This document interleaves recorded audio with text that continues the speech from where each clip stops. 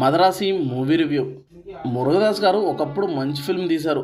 ఇప్పుడేమో మా దగ్గర సత్తా ఇంకా ఉందంటూ తీసిన సినిమాలనే కలిపి సినిమాలు చేస్తున్నారు.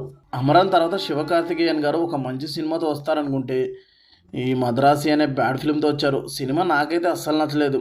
ఎందుకు సినిమా నాకు నచ్చలేదో డీటెయిల్గా మాట్లాడుకుందాం. ప్లాట్ విషయానికి వస్తే హీరోకు ఒక ప్రాబ్లం ఉంటుంది. ఆ ప్రాబ్లంతో హీరో ఎన్ఐఏ ఆపరేషన్లో జాయిన్ అవుతాడు.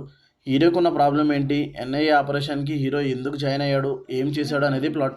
సినిమాలో ఫస్ట్ పాజిటివ్స్ గురించి మాట్లాడుకుంటే సినిమాలో తీసుకున్న పాయింట్ బాగుంది. అలానే సినిమా స్టార్టింగ్లో వచ్చే కార్ చేస్ సీన్, అలాగే సెకండ్ హాఫ్లో వచ్చే విద్యుత్ జమాల్ ఫైట్ సీన్ కూడా బాగుంది. అలాగే అనిరుద్ విజయం కూడా బాగుంది. శివకార్తికేయన్ గారి యాక్టింగ్ కూడా ఓకే. ఇక నెగిటివ్స్ గురించి మాట్లాడితే సినిమాలో తీసుకున్న పాయింట్ నాకు యూనిక్గా అనిపించింది. కానీ Murugadoss screen play and direction చాలా అవుట్డేటెడ్గా అనిపించింది.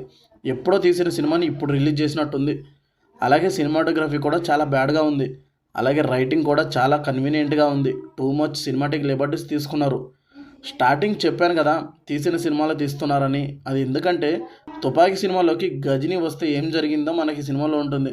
తుపాకీ గజని సినిమాని మిక్స్ చేసి మసిపూసి మరీ రాడు దింపారు మురుగదాస్. చెప్పుకుంటూ పోతే స్పాయిలర్స్ వస్తాయి. సో ఫైనల్గా సినిమా నాకైతే నచ్చలేదు. మీరు చూసి మీకు ఎలా అనిపించిందో కమెంట్ చేయండి. ఈ రివ్యూ నచ్చితే లైక్ చేయండి. మళ్ళీ నెక్స్ట్ వీడియోతో కలుద్దాం. Thank you for watching.